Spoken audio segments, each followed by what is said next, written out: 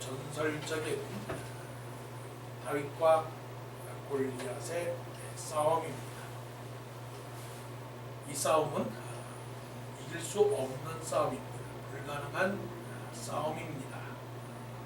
그렇지만 이 싸움을 극적으로 이겼다라고 하는 그 자체에 상당히 우리에게 주는 의미와 교훈이 큽니다. 때로는 우리가 살아가면서 어려운 일들과 난관에 부딪히게 됩니다. 자기 자신도 확신이 생기지 않는 가운데 두려움이 생기게 됩니다. 어떻게 골리앗과 같은 바다를 건너갈 수 있을까? 어떻게 하면 골리앗과 같은 산을 넘어뜨릴 수 있을까? 어떻게 하면 또 골리앗과 같은 마귀와 같은 존재를 영적으로 승리할 수 있을까라고 하는 것입니다. 누가 말했듯이 인생은 싸움입니다. 전쟁입니다. 그 전쟁은 피를 흘리는 싸움입니다. 모든 인생 삶 자체가 결국은 먹느냐 마시느냐 하는 그 문제가 아니고 사느냐 죽느냐의 그런 문제입니다. 그래서 이 싸움은 다윗과 골리앗 싸움뿐만 아니라 예수 그리스도께서 이 세상에 오셔서 십자가에 죽으시고 그 죽음을 이기신 그 마귀와의 전쟁, 곧 십자가의 고난과 부활의 영광을 앞에 놓고 있는 이 세상을 구원하기 위한 영적 싸움이었다라고 하는 것입니다. 창세기서부터 요한계시록까지 믿는 사람들은 늘 싸웠습니다. 애굽과 싸웠고, 블레셋과 싸웠고, 가나안의 족속과 싸웠고, 여러 가지 아말렉 족속, 많은 족속들과 싸웠습니다. 이 싸움에서 우리가 어떻게 하면 이길 수 있는가? 결국은 이 싸움은 우리 자신의 영적인 싸움, 또 우리의 삶의 싸움, 많은 싸움입니다. 그 싸움 중에서 가장 중요한 그 싸움의 원리 하나는 낙심하지 말라는 것입니다. 오늘 말씀 속에 이 말씀이 있지 않습니까? 32절에 다윗이 사울에게 말하되 그로 말미암아 사람이 낙담하지 말 것이니라. 이게 다윗이 사울에게 할 수 있는 말이 아닙니다. 사실 사울이 다윗에게 해야 될 말입니다. 어찌 어린 아이 다윗이 큰 권력을 가진 사울에게 낙담하지 말 것이다 라고 말할 수 있겠습니까? 결국은 이건 영적인 것입니다. 영적인 것에는 남자와 여자의 부분, 그리고 어른과 아이의 부분, 그리고 인생의 경험이나 경력이나 그런 것에 관계가 없습니다. 결국은 믿음의 문제입니다. 우리가 낙담하지 않는 그 이유는 믿음이 있는 사람은 낙담하지 않습니다. 왜 낙담하지 않느냐? 낙담하는 사람은 환경을 보기 때문에 낙담을 합니다. 왜 환경을 보느냐는 문제도 중요한 문제죠. 그것은 자기가 죽을까 겁을 내기 때문에 낙담하는 것입니다. 그러면 죽는다라고 하는 것은 무엇이냐? 죽는다라고 하는 것은 실패에 대한 두려움입니다. 비난의 두려움입니다. 가난의 두려움입니다. 이런 또 건강의 두려움인데요. 이런 두려움 때문에 용기를 내지 못하게 되는 것입니다. 자신감이 없다는 것이죠. 근데 이 자신감이라고 하는 것은 언제 생기느냐? 하나님 앞에서 자기가 섰을 때 자신감이 생기는 것입니다. 그래서 자신감이라고 할 때 그 자신은 자기 셀프를 얘기하는 것인데 그 셀프가 있을 때 컨피던스가 생긴다는 것입니다. 좀 이해하기 어렵겠지만 하나님 앞에서 내가 누구인가에 대한 존재를 분명하게 알게 되면 셀프를 레코그나이즈 하게 되면 결국은 어떻게 되느냐? 자기의 셀프 컨피던스가 생긴다는 겁니다. 그래 내가 이 일을 감당할 수가 있겠다라고 하는 것이죠. 세상은 우리를 그렇게 가만히 놔두지 않습니다. 두려워하게 만듭니다. 그래서 무엇을 먹을까, 무엇을 마실까, 무엇을 입을까 염려하게 됩니다. 예수님은 이것을 염려하지 말라고 하셨습니다. 염려하지 말라라고 하는 것은 내가 너희들을 채우겠다, 내가 너희들을 공급하겠다라고 하시는 말씀이죠. 얼마나 어리석으면 제자들에게 공중에 나는 새를 보라고 말씀을 하셨고 또 들에 있는 백합화를 보라고도 말씀하셨습니다. 저들은 길쌈도 아니하고 수고도 아니하는데 저들은 다 먹는다는 거죠. 우리 자신이 세상에서 근심하고 염려하고 하는 그 이유, 이것은 사단이 우리에게 주는 유혹입니다. 우리가 무엇을 먹느냐, 무엇을 마시느냐, 어떻게 사느냐, 내 인생이 어떻게 될 것이냐에 대한 두려움은 그것은 믿음에 대한 문제입니다. 그것은 사단이 주는 시험입니다. 예수님께서 40일 동안 금식 기도를 하시고 났을 때 가장 첫 번째 주는 그 시험은 돌덩이들을 떡덩이가 되게 하라는 그런 시험입니다.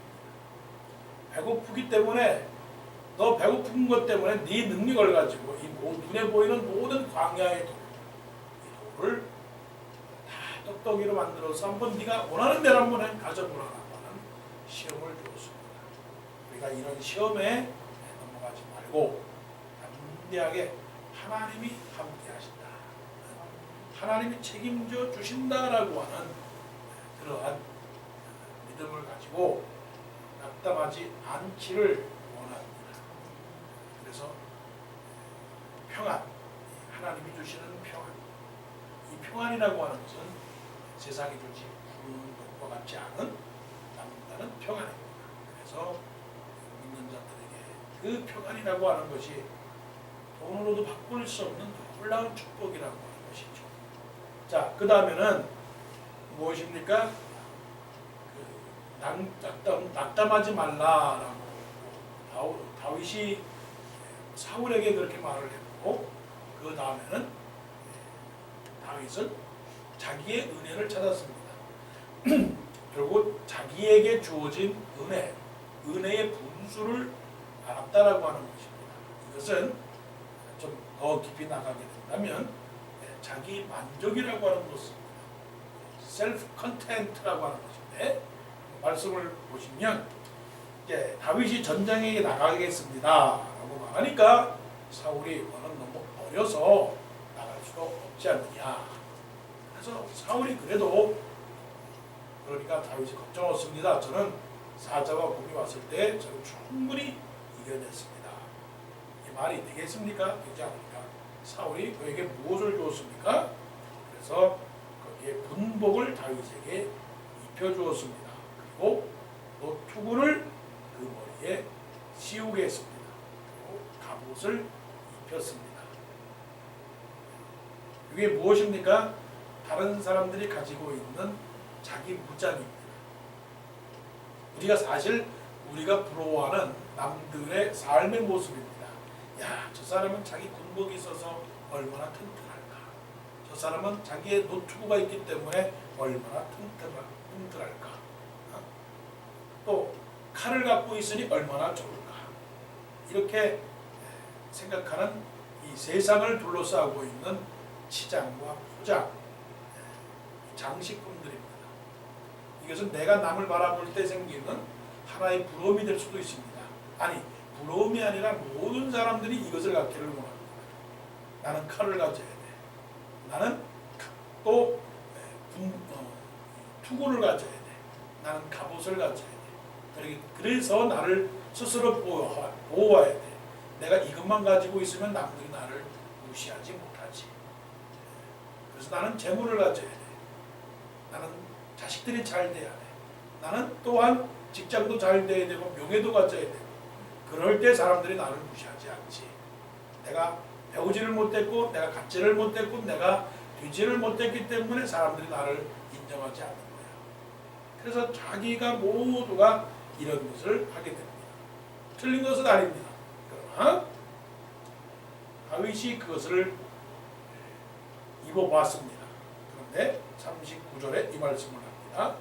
다윗이 칼을 군복 위에 차고는 익숙하지 못함으로 시험적으로 걸어가다가 사울에게 못하되 말하되 익숙하지 못하니 이것을 입고 가지 못하겠나이다 하고 곧 벗고.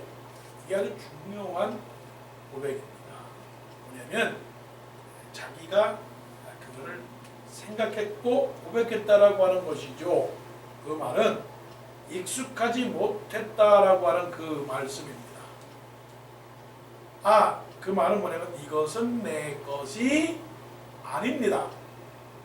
이것은 내 것이 아닙니다라고 빨리 결정을 하고 결국은 자기 것을 찾아서 갔다라고 하는 이 다윗의 이 결단력이 우리는 가볍게 볼 수 있지만 이거는 굉장히 예리하고 또 순발력 있고 또 무겁고 그리고 아주 강한 그런 모습을 우리가 볼 수 있겠다. 그래서 40절에 어떻게 했습니까? 물맷돌을 5개를 골라서 돌 5개를 골라서 주머니에 집어넣고 블레셋 사람에게로 나아간다라고 하는 것이죠. 하나님께서 우리에게 주신 것은 오늘도 찬송을 부르지만 받은 복을 세워보아라. 받은 복을 세워보아라. 자, 신앙의 깊은 강은 어디 있느냐? 우리가 하나님을 하나님으로 한다면 하나님은 지금도 실수하지 않는 하나님이죠. 지금도 주권적으로 우리는 보이질 않지만 그러나 하나님의 그 천국 오피스에서 세상에서 가장 큰 그 사무실을 가지고 있으면서 각 방마다 아시아와 아프리카와 그리고 또한 미국과 모든 유럽과 이 각 나라를 향한 천사들을 동원하고 천사들을 파송하고 하나님의 이 책상에 많은 서류들이 매일매일 올라가서 결제를 받습니다. 수많은 천사들. 그런데 이제 시간적인 면은 초월하는 겁니다. 시간과 공간을 초월하는 이 하나님의 그 오피스에서 쉬운 예로 말하면 저 게이더서부구에 있는 사람들을 향해서 오늘 하나님께서 하시고자 하는 일들을 결제를 해주시기 바랍니다. 착착착착착 올라간다는 것이죠. 당연히 이해가 갑니다. 컴퓨터가 요즘 얼마나 빨라요. 그렇지 않습니까? 그것처럼 사람이 만든 컴퓨터도 그렇게 빨리빨리 움직이고 있는데 하나님의 오피스에 얼마나 빨리 이름이 탁 뜨면서 오케이 아니 오케이 이러면서 계속적으로 하나님의 사무실을 움직이고 있다는 것이죠. 그러면 어느 정도로 움직이느냐? 하나님 저 사람에게는 빵을 몇 개를 줄까요? 돈은 2개만 주거라. 저 사람에게는요, 저 사람에게 3개만 주거라. 저 사람에게는요 100개를 줘라. 이렇게 여러 가지 상황 속에서 하물며 하나님 오늘 저 사람의 머리털 가락을 오늘 몇 개만 뺄까요? 오늘 저 사람의 머리털 하나를 하얗게 할까요? 까맣게 할까요? 더 하얗게 하라. 하물며 너희 머리털 끝까지 세신 하나님께서 너희 천국계에서 다 기르신다고 말씀하지 않았어요? 그러니까 하나님이 하시는 일에 관해서는 아무 말도 할 것 없어요. 그렇다면 우리가 지금 나 자신을 향하여 바라볼 때 하나님께서 나에게 행하시는 이 일들을 만족하지 못한다면 어떻게 다른 사람의 일을 만족할 수 있겠느냐 하는 것입니다. 하나님께서 다윗을 훈련시켰습니다. 다윗이 싸워야 될 무장은 사울이 가지고 있는 칼과 군복을 가지고 싸우도록 만든 게 아닙니다. 물맷돌을 가지고 싸우도록 다윗을 훈련시켰다는 것입니다. 내 모습이 되어 주 받으옵소서. 날 위해 돌아가신 주 날 받으옵소서. 우리의 모습 그대로 만족을 해야 돼. 가장 중요한 신앙의 교훈입니다. 셀프 컨텐트 이거를 누리지 못하면 천금 만금 억만금을 갖다 줘도 만족하지 못해요. 작은 것에 만족하셔야 됩니다. 지금 이 순간 만족하셔야 됩니다. 오늘을 누리셔야 됩니다. 오늘 최고의 축복에 한 날로 누리지 않는 한 내일은 보장할 수 없습니다. 마지막입니다. 그 41절부터 51절까지 그 말씀은 결국 그것입니다. 하나님께 영광을 돌려라. 하나님께 영광을 돌려라. 자, 이 골리앗은 결국은 사탄의 상징입니다. 사탄은 하나님을 무시합니다. 하나님을 무시하니 그 하나님의 백성들은 더 우습죠. 그런데 다윗은 골리앗 앞에 섰습니다. 영적으로 이렇게 구약적으로 생각하면 신약을 비춰주는 그림자라고 하면 다윗은 예수 그리스도를 상징을 합니다. 무엇을 가졌습니까? 아무것도 갖지를 못했습니다. 근데 이 골리앗이 하는 말이 계속 하나님의 이름을 모욕을 합니다. 야, 그 싸움할 때 그까지 막대기를 가지고 왔느냐? 나사렛에서 무슨 선한 것이 나올 수 있겠느냐? 그렇게 말했던 것처럼, 야, 다윗, 네가 그 막대기 하나 가지고 나하고 싸우겠다는 것이냐? 라고 하는 것입니다. 주여, 할만하시거든 이 아이의 병을 고쳐주옵소서. 할 수 있거든이 무슨 말이냐? 믿는 자에게는 능치 못함이 없느니라 말씀하신 것처럼 우리 눈에는 아무것도 없고 보리떡 5개 물고기 2마리라고 하는 것이라 할지라도 사단은 그것을 우습게 보고 사단은 그것을 별볼일 없게 본다 할지라도 하나님은 그것을 귀하게 여기셔서 예수님의 손에 넣고 축사하시니 5,000명을 먹이고 또 12광주리가 남는 놀라운 역사가 있잖아요.